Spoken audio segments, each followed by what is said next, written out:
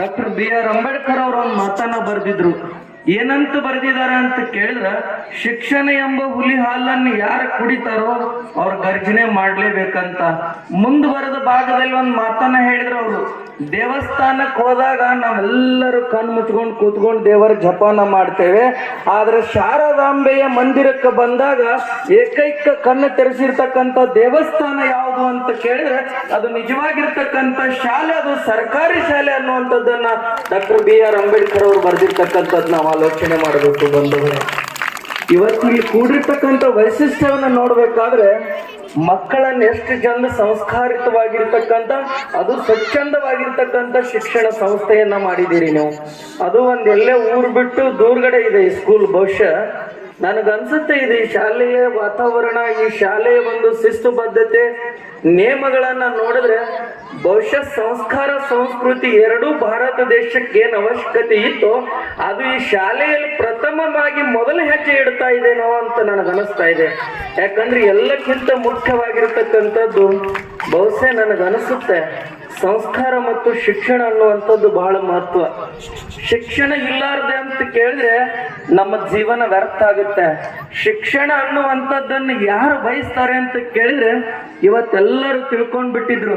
ಸರ್ಕಾರಿ ಶಾಲೆ ಶಿಕ್ಷಕರಪ್ಪ, ಸರ್ಕಾರಿ ಶಾಲೆಗಳಂದ್ರೆ ಇವತ್ತೆಲ್ಲರೂ ಕೂಡ ಯಾವುದೇ ಮಟ್ಟಕ್ಕೆ ಮಾತಾಡ್ತಿರ್ತಕ್ಕಂಥ ಶಾಲೆಯನ್ನ ಇವತ್ತು ತಾಲೂಕಿನ ಅಭಿವೃದ್ಧಿ ಶಾಲೆಗೆ ಮಟ್ಟಕ್ಕೆ ಒಯ್ತಿದ್ದಾರೆ ಶಿಕ್ಷಕರಂದ್ರೆ. ಇವತ್ತು ಖಾಸಗಿ ಶಾಲೆಗೆ ನಾವು ಯಾವುದು ಕಡಿಮೆ ಇಲ್ಲ ಅನ್ನುವಂಥದ್ದು ಗುರುತಿಸ್ಕೊಂಡಿರ್ತಕ್ಕಂಥ ಶಾಲೆ ಇದು ಕೆನಾಲ್ಕೋಡಿಯ ಸರ್ಕಾರಿ ಶಾಲೆ ಅಂತ ನಾನು ಹೆಮ್ಮೆಯಿಂದ ಹೇಳ್ತೀನಿ. ಯಾಕಂದ್ರೆ ಸಾಕಷ್ಟು ಕಾರ್ಯಕ್ರಮಗಳಲ್ಲಿ ಭಾಗವಹಿಸಿದಾಗ ಅದು ದೊಡ್ಡ ದೊಡ್ಡ ಇನ್ಸ್ಟಿಟ್ಯೂಟ್ಗಳನ್ನು ಕಟ್ಟಿ ಲಕ್ಷಾಂತರ ಫೀಯನ್ನು ಕಟ್ತಾ ಇದ್ದೀರಿ. ಆದ್ರೆ ಅರಳುತ್ತಿರ್ತಕ್ಕಂಥ ಮುದ್ದು ಮಗುವಿನ ಮನಸ್ಸನ್ನ ಅರ್ಥ ಮಾಡಿಕೊಂಡು ಕಲಿಸ್ತಿರ್ತಕ್ಕಂಥವ್ರು ಯಾರು ನಿಜವಾಗಿರ್ತಕ್ಕಂಥ ಶಿಕ್ಷಕರು ಅಂತ ಕೇಳಿದ್ರೆ ಹೆತ್ತ ತಾಯಿ ಮನೆಯಲ್ಲಿದ್ರು ಕೂಡ ಹೊತ್ತ ಬೆಳೆಸಿದ ತಾಯಿ ಶಿಕ್ಷಣ ಸಂಸ್ಥೆಯಲ್ಲಿರ್ತಕ್ಕಂಥ ಸರಸ್ವತಿ ಮಾತೆಯ ಸ್ವರೂಪಿ ಗುರುವೃಂದ ಗುರುಮಾತೆಯರಂತ ನಾನು ಹೇಳಕ್ ಇಷ್ಟಪಡ್ತೇನೆ ಬಂಧುಗಳೇ. ಯಾಕಂತ ಕೇಳಿದ್ರೆ ಒಂದು ಮಾತನ್ನು ಹೇಳ್ತಾರೆ, ಒಂದು ಮಗು ತಾಯಿ ಮಡಿಲಲ್ಲಿರುವುದು ದೊಡ್ಡವನಾದ ಮೇಲೆ ಕೇವಲ 3 ಹಿಡಿದು 4 ತಾಸುಗಳು ಮಾತ್ರ ತಾಯಿ ಹತ್ರ ಇರುತ್ತೆ. 8 ಹಿಡಿದು 9 ತಾಸು ಯಾರು ಮಡಿಲಲ್ಲಿ ಬೆಳುತ್ತೆ ಅಂತ ಕೇಳಿದ್ರೆ ಅದು ಗುರುಚರಣದ ಮಡಿಲಲ್ಲಿ ಬೆಳೀತಾ ಇದೆ ಅನ್ನುವಂಥದ್ದನ್ನ ನಮ್ಮ ಕಲ್ಪನೆಯಲ್ಲಿ ಇಟ್ಕೋಬೇಕು. ಯಾಕೆ ಈ ಮಾತನ್ನ ಹೇಳಬೇಕು ಅಂದ್ರೆ ನಮ್ಮಲ್ಲಿ ಇವತ್ತು ನಮ್ಮ ದೇಶದಲ್ಲಿ ನಡೀತಿರ್ತಕ್ಕಂಥ ವಿಚಾರಗಳನ್ನ ನೋಡಿದ್ರೆ ಸಂಸ್ಕಾರ ಎಲ್ಲ ಹೋಗ್ತಾ ಇದೆ. ನಿಮ್ಮ ಮಕ್ಕಳನ್ನ ನೀವು ಕಲಿಸ್ತಾ ಇದ್ದೀರಿ, ಶಿಕ್ಷಣ ಮಂತ್ರನ್ನಾಗಿ ಮಾಡ್ತಾ ಇದ್ದೀರಿ. ಆದ್ರೆ ನಿಮ್ಮ ಮಗ ಭಾರತ ದೇಶದ ಒಬ್ಬ ಒಳ್ಳೆ ಪ್ರಜೆ ಆಗ್ಲಂತ ನಾವು ಯಾರು ಬಯಸೋದಿಲ್ಲ. ನನ್ನ ಮಗ ಇವತ್ತು ಡಾಕ್ಟರ್ ಆಗಿ, ನನ್ನ ಮಗ ಇಂಜಿನಿಯರ್ ಆಗಿ, ನನ್ನ ಮಗ ದೊಡ್ಡ ಆಫೀಸರ್ ಆಗ್ಲಂತ ಕನಸು ಕಾಣೋದು ಬೇಡ. ಮಗಗಾಗಿ ಆಸ್ತಿಯನ್ನ ಮಾಡಬೇಡ್ರಿ, ಮಗನ ಒಂದು ಸರ್ಕಾರಿ ಶಾಲೆಯ ಮಗುವನ್ನ ಆಸ್ತಿಯನ್ನಾಗಿ ಮಾಡ್ರಂತ ನಾನು ಇವತ್ತು ಹೇಳಬೇಕಾಗಿದೆ. ಇವತ್ತು ಯಾಕೆ ಮಾತು ನೆನಪಿಗೆ ಬರುತ್ತೆ ಅಂತ ಕೇಳಿದ್ರೆ ನಾವು ಸಾಕನ್ನುವಷ್ಟು ಆಸ್ತಿಯನ್ನ ಮಕ್ಕಳಿಗೆ ಮಾಡಿಟ್ಟ ಮೇಲೆ ದಾರಿ ತಪ್ಪಿಸೋರು ನಾವು ಒಂದೇ. ಅದಕ್ಕೆ ಇಲ್ಲಿ ಕೂಡಿರ್ತಕ್ಕಂಥ ಎಲ್ಲ ತಾಯಿ ತಂದೆಗಳಿಗೆ ಒಂದು ವಿನಂತಿಯನ್ನ ಏನ್ ಹೇಳ್ತಾ ಇದ್ದೇನೆ ಅಂದ್ರೆ, ಅವ್ವಗಳು ಒಟ್ಟ ಧಾರಾವಾಹಿ ನೋಡ್ಬೇಡ್ರಿ, ಅಪ್ಪಗಳು ದಾರು ಕುಡಿಬೇಡ್ರಿ, ಮಕ್ಕಳ ಕೈಯಾಗ ಮೊಬೈಲ್ ಕೊಡಬೇಡ್ರಿ. ಪಾಲಿಸ್ತೀರಿ ಇದನ್ನ? ಹುಡುಗರು ಹೂ ಅಥವಾ ನೀವು ಹೂ ಅನ್ನುವರಿಲ್ಲ. ಯಾಕಂದ್ರೆ ಹೇಳ್ತಾರ ಅವ್ರಿಗೆ ನಮ್ಮ ಅವ್ವ ಅಪ್ಪಗಳಿಗೆ ಟೈಮ್ನೇ ಇಲ್ಲ.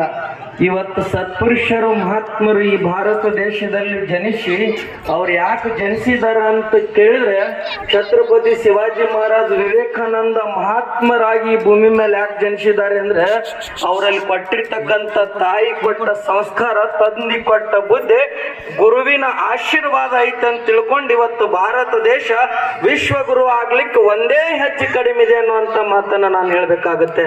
ಅದಕ್ಕೆ ಬಂಧುಗಳೇ, ಇವತ್ತು ಶಿಕ್ಷಣ ಕ್ಷೇತ್ರದಲ್ಲಿ ನೀವು ಅಭಿವೃದ್ಧಿಯನ್ನ ಮಾಡೋದನ್ನ ನೋಡಿದ್ರೆ ಅದಕ್ಕೆ ಹೇಳ್ತಾರೆ, ಶಾಲೆಯಲ್ಲಿ ನಾವೆಲ್ಲ ತಿಳ್ಕೊಂಡ್ ಬಿಟ್ಟಿರ್ತೀವಿ ಏನಂತ, ಒಬ್ಬ ಮಗು ಕಡಿಮೆ ಮಾರ್ಕ್ಸ್ ತಗೊಂಡ್ರೆ ಅವನನ್ನ ನೋಡ್ತಿರ್ತೀವಿ ನಾವು. ನನಗೆ ಗೊತ್ತಿರ್ತದ ಅವಾಗ ನಿನ್ ಕಡಿಮೆ ಮಾರ್ಕ್ಸ್ ತಗೊಂತೀಯ ಅಂತ ಅಂತಿದ್ದೀವಿ ನಾವು ತಾಯಿ ತಂದಿಗಳ. ನಿಮಗ ಅವಾಗ ಅವ್ ಕಡಿಮೆ ಮಾರ್ಕ್ಸ್ ತಗೋತಾನ ಅನ್ನೋದು ಗೊತ್ತಿದ್ರೆ ಅವಾಗ ಹೇಳಿದ್ರೆ ಮುಗಿತಿತ್ತಿಲ್ರಿ, ಅವ ಶಾನೆ ಆಗ್ತಿದ್ದವ. ಕೇಳ್ತೀವಿ ನಾವು, ಮಾಸ್ ಕಾರ್ಡ್ ಒಯ್ದು ನಮ್ಮ ಅವ್ವ ಅಪ್ಪನ ಮುಂದೆ ನಿಂತ್ಕೊಂಡಾಗ ಏನಂತ ತೋರಿಸ್ತೀವಿ ಅಂತ ಕೇಳಿದ್ರೆ ಆ ಮಗುವಿಗೆ ನೀನು ಕಡಿಮೆ ಮಾರ್ಕಸ್ ತಗೋತಿ ಅಂತ ನನಗೆ ಗೊತ್ತಿತ್ತು ಅಂತ ನಾವು. ಅದಕ್ಕೊಬ್ಬ ವಿದ್ಯಾವಂತ ಶಿಕ್ಷಕರು ಒಂದು ಬೋಧನೆ ಮಾಡಿರ್ತಾರೆ. ಹಿಂಗೆ ಅವಾಗ ಹೇಳ್ತಾನವ, ಒಬ್ಬ ಸಣ್ಣ ಮಗು ಇದ್ದಾಗ ಶಿಕ್ಷಣವನ್ನು ಕಲಿತು ನಾನು ದೊಡ್ಡವಾಗ್ಬೇಕಂತ ಕನಸು ಕಟ್ಕೊಂಡಿರ್ತಕ್ಕಂಥ ಮಗು ಹೇಳ್ತಾನೆ, ಏನಂತ ಹೇಳ್ತಾನೆ ಅಂದ್ರೆ, ಇವತ್ತಿನ ದಿವಸದಲ್ಲಿ ನಾನು ಒಬ್ಬ ದೊಡ್ಡ ಆದರ್ಶ ವ್ಯಕ್ತಿ ಆಗ್ಬೇಕಂತ ತಿಳ್ಕೊಂಡು ಅವಾಗ ಆ ಮಾತನ್ನ ಯಾರು ನೆನಪಿಸ್ತಾರೆ ಅಂದ್ರೆ, ಈಗೆಲ್ಲ ಬಂದಿದೆ ಡಿಜಿಟಲ್ ಬೋರ್ಡು, ಡಿಜಿಟಲ್ ಮೊಬೈಲ್ದಲ್ಲಿ ಎಲ್ಲ ಕಲಿಸ್ತಾ ಇದ್ದಾರೆ. ಆದ್ರೆ ಆಗಿನ ಕಾಲದಲ್ಲಿ ಏನಿತ್ತಂದ್ರೆ ಕಲ್ಲಿನ ಪಾಟಿ, ಪೆನ್ಸಿಲ್, ತಟ್ಟಿನ ಚೀಲ ಅಟ್ಟ ಕಲ್ತವ್ರದಿರಿ ಈ ವೇದಿಕೆ ಮೇಲೆ ಎಲ್ಲರೂ ಹಿರಿಯರು. ಬಹುಶಃ ಅವ ಹೇಳ್ತಾರೆ, ಒಬ್ರು ಶಿಕ್ಷಕರು ಇರ್ತಾರೆ, ಸಮುದ್ರ ದಂಡಿಗೆ ಆ ಮಗುವನ್ನು ನಿಂದಿರಿಸಿ ಏನ್ ಹೇಳ್ತಾರೆ ಅಂತ ಕೇಳಿದ್ರೆ, ಮಗು ಆ ಎರಡು ಮೇಲೆ ಆಕಾಶದಲ್ಲಿ ಹಾರ್ತಿರ್ತಕ್ಕಂಥ ಕಾಗೆ ಇದೆಯಲ್ಲ, ಆ ಕಾಗೆ ಎರಡು ರೆಕ್ಕೆಗಳನ್ನ ಬೀಸುತ್ತಾ ಮುಂದೆ ಹೋಗ್ತಾ ಇದೆ ಅಂತ ಕೇಳುತ್ತೆ. ಮಗು ಕೇಳ್ತಾನೆ, ಏನ್ ಕೇಳ್ತಾನೆ ಅಂತ ಕೇಳಿದ್ರೆ, ಗುರುಗಳೇ ಇವತ್ತದು ಎರಡೂ ರೆಕ್ಕೆಗಳಿಂದ ಹಿಂದೆ ಸರಿಸಿ, ಗಾಳಿ ಹಿಂದೆ ಸರಿಸಿ ಮುಂದೆ ಹೋಗ್ತಾ ಇದೆ ಕಾಗೆ, ಆದ್ರೆ ವಿಮಾನಕ್ಕೂ ಕೂಡ ಎರಡು ರೆಕ್ಕೆಗಳದವಲ್ಲ, ಅವು ಎರಡೂ ರೆಕ್ಕೆ ಯಾಕೆ ಅಳಿಗೆಡಂಗಿಲ್ಲ ಅಂತ ಕೇಳ್ತಾನೆ ಆ ಮಗು. ಕೇಳಿದಾಗ ಅವಾಗ ಹೇಳ್ತಾರೆ ಅವರು ಮಗುವಿಗೆ, ಮಗು ನಾನೊಬ್ಬ ಸರ್ಕಾರಿಯ ಕನ್ನಡ ಶಾಲೆ ಶಿಕ್ಷಕ, ನನಗೆ ಹೆಚ್ಚಿಗೆ ಓದಕ್ ಆಗ್ಲಿಲ್ಲ, ಆದ್ರೆ ವಿಮಾನದ ಎರಡು ರೆಕ್ಕೆಗಳನ್ನ ಬಡಿಯುವುದನ್ನು ನೋಡಕ್ಕೆ ಅದನ್ನ ಅಭ್ಯಾಸ ಮಾಡ್ಲಿಕ್ಕೆ ನನಗೆ ಸಾಧ್ಯ ಆಗ್ಲಿಲ್ಲ, ಆದ್ರೆ ಆಶೆಯನ್ನ ನೀನು ಈಡೇರಿಸಬೇಕು ಮಗು ಅಂತ ಆ ಗುರುಗಳು ಹೇಳಿದಾಗ ಆ ಮಗುವಿನ ಮೇಲೆ ದೊಡ್ಡ ಪರಿಣಾಮ ಬೀರುತ್ತೆ. ಮರುದಿವ್ಸ ಪೇಪರ್ದಲ್ಲಿ ಬಂದಿರತಕ್ಕಂಥ ವಿಮಾನ ತಗೊಂಡು ಬರ್ತಾನೆ ಆ ಚಿಕ್ಕ ಮಗು. ವಿಮಾನ ತೋರಿಸ್ತಾರೆ, ಅದರ ಬಗ್ಗೆ ದೊಡ್ಡ ಸಂಶೋಧನೆಯನ್ನ ಮಾಡ್ತಾನೆ, ಬೆಂಗಳೂರಲ್ಲಿ ದೊಡ್ಡ ಜಾಬ್ ಮಾಡ್ತಾನೆ. ಜಾಬ್ ಮಾಡಿ ನಮ್ಮ ದೇಶದ ಯಾರಾಗ್ತಾರಂತ ಕೇಳಿದ್ರೆ APJ ಅಬ್ದುಲ್ ಕಲಾಂ ಅವರು ನಮ್ಮ ಭಾರತ ದೇಶವನ್ನ ತಿರುಗಿ ನೋಡೋ ಹಾಗೆ ಮಾಡಿರ್ತಕ್ಕಂಥ ವಿಜ್ಞಾನಿಯಾಗಿ ಭಾರತ ದೇಶದಲ್ಲಿ ಅಂತಾನೆ ಬಂಧುಗಳೇ. ಅವನು ಕೂಡ ಕನ್ನಡ ಶಾಲೆಯಲ್ಲಿ ಕಲಿತವರು. ಇಂಥ ಒಂದು ಶಾಲೆಯಲ್ಲಿ ಕಲ್ಲಿನ ಮುದ್ದೆ ಹೇಳ್ತಾರೆ, ಅದನ್ನ ಕೆಸರನ್ನ ಹದ ಮಾಡಿ ತೀಡಿ ತೀಡಿ ತೀಡಿ ಮೂರ್ತಿಯನ್ನ ಮಾಡ್ತಿರ್ತಕ್ಕಂಥ ಜೀವಂತ ದೇವಾಲಯ ಶಾಲೆ. ಈ ಶಾಲೆಯಲ್ಲಿ ಮತ ಇಲ್ಲ, ಪಂಥ ಇಲ್ಲ, ಜಾತಿ ಇಲ್ಲ, ಭೇದ ಇಲ್ಲ, ದೊಡ್ಡವರಿಲ್ಲ, ಸಣ್ಣವರಿಲ್ಲ, ಅದು ಎಲ್ಲರಲ್ಲಿ ಏಕೈಕವಾಗಿರ್ತಕ್ಕಂಥ ಸಮಾನ ದೇವಾಲಯ ಯಾವುದು ಅಂತ ಕೇಳಿದ್ರೆ ಅದು ಶಾರದಾಂಬೆ ಮಂದಿರ ಶಾಲೆ ಅಂತ ನಾವು ಇವತ್ತು ಹೆಮ್ಮೆಯಿಂದ ಹೇಳಬೇಕಾಗಿದೆ ಬಂಧುಗಳೇ.